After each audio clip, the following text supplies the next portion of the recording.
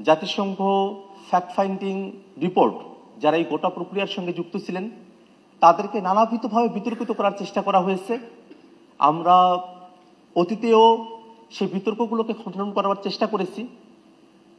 Fact finding রিপোর্টকেই একটা trial আকারে উপস্থাপন করে সেখানে আওয়ামী লীগের কারো বক্তব্য নেওয়া হলো না হলো সেই প্রসঙ্গগুলো নিয়ে আসা হয়েছে।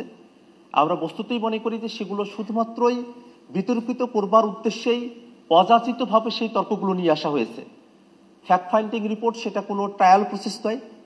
এখানে যারা ভুক্তভোগী আমরা যারা রয়েছি, আমাদের দেশের মানুষেরা যারা রয়েছেন তাদের সঙ্গে কথা বলে ফ্যাক্ট ফাইন্ডিং রিপোর্ট যেটা তৈরি করা হয়েছে তার আলোকেই বাংলাদেশ সরকার সঠিকভাবে তদন্তের ব্যবস্থা গ্রহণ করে যারা মানবতা বিরোধী অপরাধের সঙ্গে যুক্ত রয়েছিলেন তাদেরকে বিচারের আওতায় নিয়ে আসবে এবং বাংলাদেশ সামনের দিকে স্বৈরাচারী ফেসিবাদী কাঠামো মুক্ত হয়ে সকলের বাংলাদেশ হয়ে উঠবে এই প্রত্যাশায় আমি আমার